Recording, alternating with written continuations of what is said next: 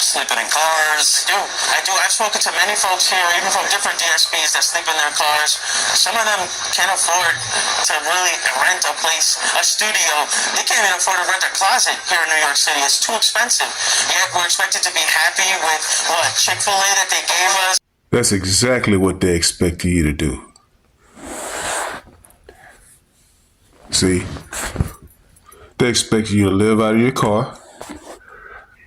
They expect you to not being able to afford anything to be able to live a decent life.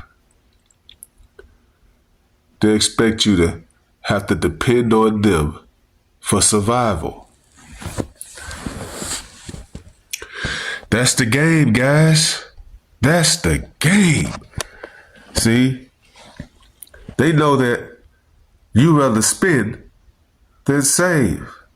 They know this. They counting on this. They got guys with master's degrees, doctorate degrees, and all kind of other degrees that they hire to know exactly how far they can push it to get away with what they're doing. They know you're not going anywhere. Nope. They know you're not going anywhere. They know you're not willing to suffer. They know you're not willing to sacrifice. They know you're not willing to save. See? Actually, they counting on it.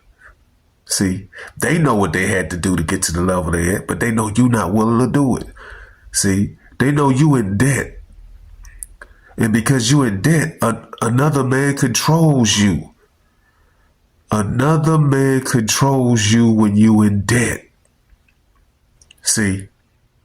That's why I say being broke is a mental illness. See? Now, I ain't saying that you should get more money. I am not saying that at all for what you guys do. You guys do good work. I actually got packages delivered to the home from Amazon. But I always said you are your greatest asset, guys. You are your greatest asset. You determine how much money you make. You know how much money you making.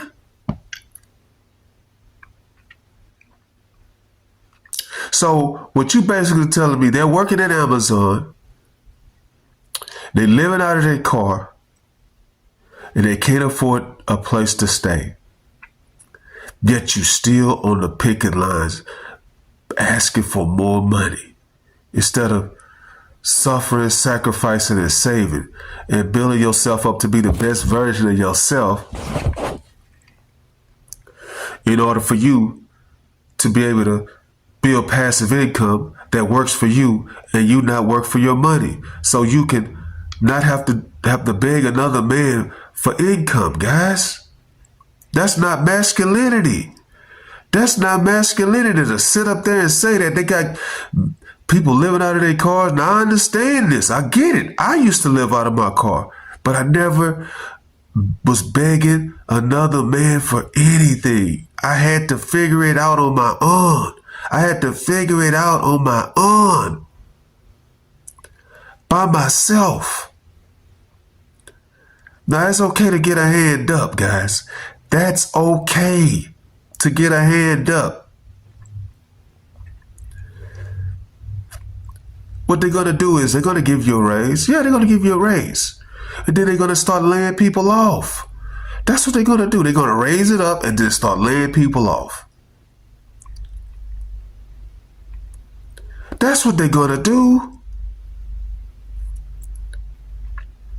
Because they can replace you. They can replace you with somebody else. They're going to replace you regardless. See, that's what they know. They planning it out right now. They already seen this coming. Over 70% of Americans are living paycheck to paycheck. And this basically said it right there.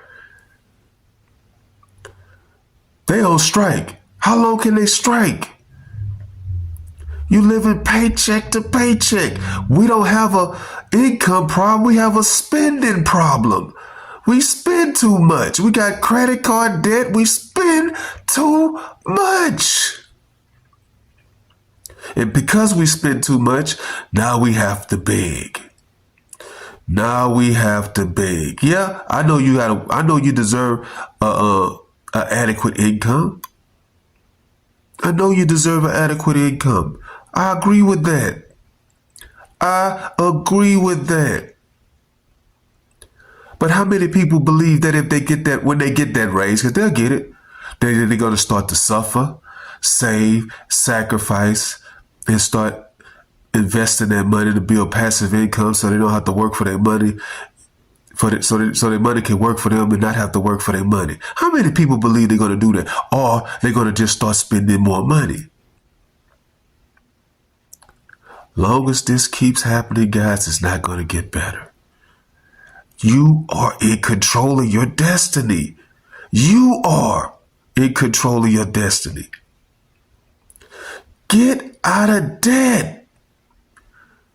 Get out of debt. That's the problem. That's the problem.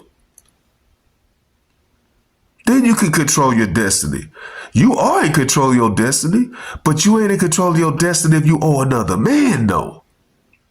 Another man controls your destiny until you get out of debt. Otherwise, you're going to continue to live out of your car, not be able to afford reasonable housing, and not be able to afford the expenses to live day to day. That's just the way it's going to be. That's the way it is now.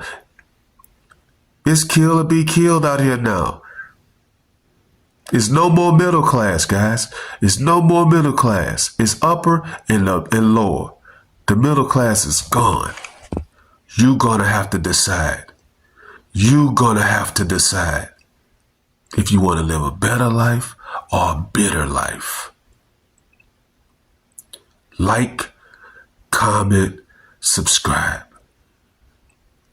Follow God, not culture.